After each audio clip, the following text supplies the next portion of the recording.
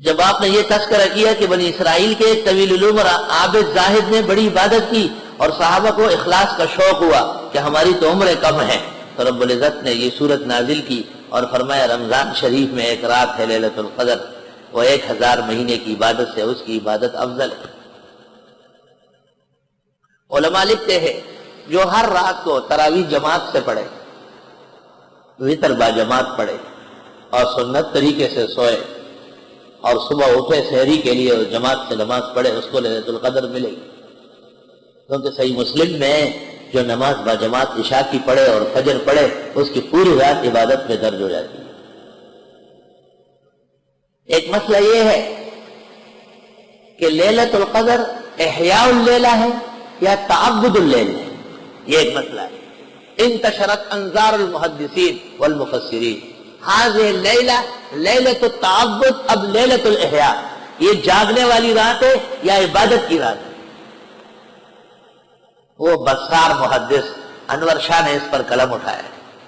عوام میں رواج ہے کہ جاگنے والی رات ہے، عوام کہتے ہیں جاگنے والی راتیں ہیں، اگر یہ جاگنے والی رات ہے تو پھر پوری رات جاگنا شرط ہے۔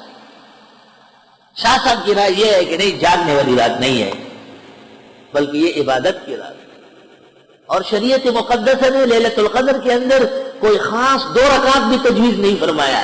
جو ان راتوں میں صلاۃ تسبیح یا دوسری نماز جماعت سے پڑھتے ہیں وہ جہنم مول لینا چاہتے ہیں۔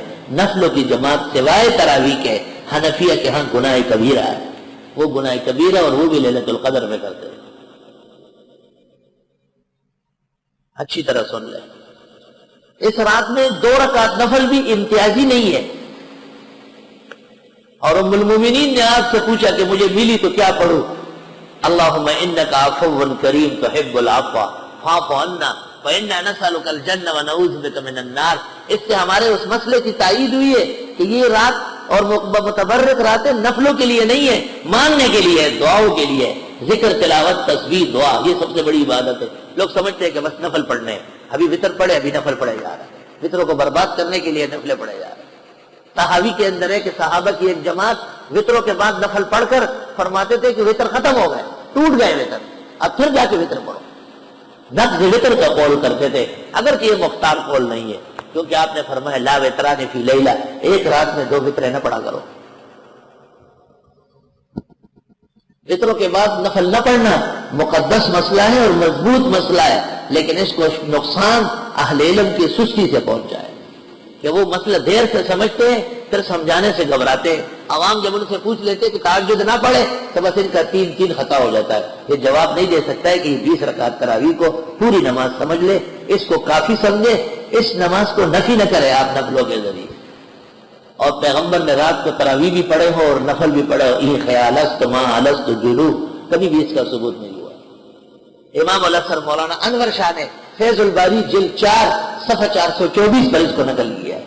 حضرت فرماتے ہیں عام سال میں پڑھو، شروع میں پڑھو 8 رکعت، اخیر میں پڑھو 12، تو یہ قیام اللیل ہے، وہ تہجد ہے، دونوں ملا کر پڑھو جماعت کے ساتھ رمضان میں تو تراویح ہے، ایک ہی چیز ہے، دونوں ایک چیز۔ بعض لوگ کہتے ہیں کہ عجیب مسئلہ ہے، آپ ہمیں تہجد اور قیام اللیل سے روکتے، اس سے ڈرنا نہیں، تلک شکایت ظاہرھا عنک عار، یہ وہ شکایت ہے جس کا ظاہر صحیح نہیں، حقیقت یہی ہے۔ اور آگے مولانا انور شاہ نے لکھا ہے کہ کتاب التہجد کے اندر امام محمد ابن نصر مروزی نے لکھا ہے کہ سلف رمضان شریف میں تراویح کے بعد نفلوں کی اجازت نہیں دیتے تھے، فیض الباری جلد 4 صفحہ 424۔ یہ کوئی نئی بات تو نہیں، نئی بات عرش و شق کے لیے جس کا علم نہیں ہے اس کا کیا اعتبار ہے، بے علم کا کیا اعتبار ہوگا؟ میں کہتا ہوں محدث مجھے جواب دے ذرا کہ نبی کی حدیث اجعلوا آخر صلاتکم باللیل وترا، اس کے خلاف آپ کیوں کرا دیں؟ کیا اجر ملے گا آپ قوم کو کیوں نہیں سمجھاتے کہ نبی کا حکم ہے کہ رات جب آپ کو وتر با جماعت پڑھ لی ہے، رات مکمل ہو گئی اب آپ دعائیں مانگے، تسبیحات پڑھے، ذکر کرے، تلاوت کرے، قضا کر سکتے ہیں اگر کسی مجرم کی قضا باقی ہو، خدا کسی مسلمان کے ذمہ قضا نہ لگائے، لیکن نوافل وتروں کے بعد پڑھنا ناپسندیدہ ہے۔ تو تحقیق امام الاثر حضرت شاہ صاحب کی یہ ہے کہ یہ رات جو لیلۃ القدر ہے یہ صرف جاگنا نہیں ہے بلکہ اس میں عبادت ہے، اور عبادت وہی ہے جو ہو گئی ہے. اب تو دعا و استغفار، توبہ و انابت اللہ، آنسو بہانے میں ہے. لیلۃ القدر خیر من الف شہر. مولانا روم نے کہا ہے خواجہ چجوئی شب قدر نشانی. وہ جناب تم کیا لیلۃ القدر کی نشانیاں ڈھونڈتے ہو؟ ہر شب شب قدرست اگر قدر بدانی. ہر رات عزت کی ہے، تجھ میں عزت آنا چاہیے. کاش کہ تجھ میں احساس ہے. علماء لکھتے ہیں مطلب صاف ہوتا ہے، سکون زیادہ ہوتا ہے، کتوں کی بونکار نہیں ہوتی، لوگوں پر غفلت آ جاتی ہے. علامت ہے لیلۃ القدر کی. اللہ تعالیٰ نے اس فانی زندگی کے اندر 17-18 مرتبہ ایسا دکھایا ہے کہ بیان کرنا مشکل ہے. ایسا دکھایا ہے. ایک دفعہ تو اٹھایا مگر کہ آپ قوم کے امام ہیں، استاد ہیں، حدیث پڑھاتے ہیں، مسجد میں ٹھہرے ہیں، آپ اٹھیے. تو میں نے کہا میں اٹھاؤں کہاں، اجازت نہیں. یا خدایا دیدار می نمانی و پرہیز می کنی، بازار خیش و آتش ماتیز می کنی. خدا کا کر نہیں تھا، چند لمحوں میں تمام معتکفین جاگ گئے، سب اٹھ گئے. بخاری شریف کتاب الایمان میں ہے، اللہ صلی اللہ علیہ وسلم فرماتے ہیں کہ مجھ سے اللہ نے وعدہ کیا تھا کہ آپ کو بس متعین کر کے دیتا ہوں لیلۃ القدر کہ میں یہ رات ہے. پریشان ہونے کی ضرورت نہیں. 21 سے 23 سے 25 27 31. اور فرمایا میں خوش گھر سے نکلا اور مسجد آ رہا تھا، لیکن رأیت رجلین یتلاہا، میں نے 2 آدمیوں کو دیکھا آپس میں تو میں کر رہے اونچی آواز سے. تو انہا رفعت، اب اس رات کی تعین ختم کر دی گئی ان لوگوں کے تو میں سے.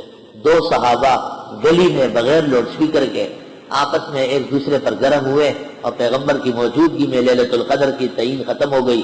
اور اب جا کے مساجد میں بدعتیوں کے ذکر بالجہر اور مبارک راتوں کے اندر ٹنگ ٹکار دیکھو. جب تک ان کی زبان بندی نہیں کی گئی لیلۃ القدر ملنا مشکل ہے. متبرک راتوں کی نعمتوں کے بدترین دشمن یہی اعداء الدین اور سنتوں کے باغی اور سرکش ہے. پہلے ان سے مسجدوں کو پاک کرنا پڑے گا. لیلۃ القدر خیر من الف شہر، لیلۃ القدر بہت بہتر ہے 1000 مہینے سے. ہم منکرین حدیث کہتے ہیں کہ جس روایت میں من تمسک بسنتی عند فساد امتی فلہ اجر 100 شہید، جس نے فساد کے وقت سنت کے مطابق عمل کیا، ڈٹ گیا، اس کو 100 شہیدوں کا ثواب ملے گا. 100 شہید ایسا کر کے حدیث سے انکار کرتے ہیں. یہاں تو 1000 راتوں کا ذکر ہے، وہ 100 ہو رہا ہے. اگر یہ قاعدہ ہے کہ جس میں بڑا چڑھا کے ثواب ہو وہ غلط ہے، تو پھر آیت سے بھی ہاتھ دھونا پڑے گا. اس لیے احمد علی لاہوری مفسر فرماتے تھے منکر حدیث منکر قرآن ہے. منکر قرآن منکر خدا و رسول. منکر حدیث منکر قرآن ہے اور منکر قرآن منکر خدا و رسول ہے. تنزل الملائکۃ، اترتے فرشتے، والروح اور جبریل، فیہا اس رات میں، باذن ربہم، رب کے حکم سے، من کل امر، ہر طرح معاملے لے کر، سلام، سلامتیاں برستی ہے، ہی اس رات کی، حتی مطلع الفجر، یہاں تک کہ صبح ہو جائے. مغرب سے شروع ہو کر صبح 7 تک. اللہ اکبر، اللہ اکبر، لا الہ الا اللہ، اللہ اکبر، اللہ اکبر وللہ الحمد.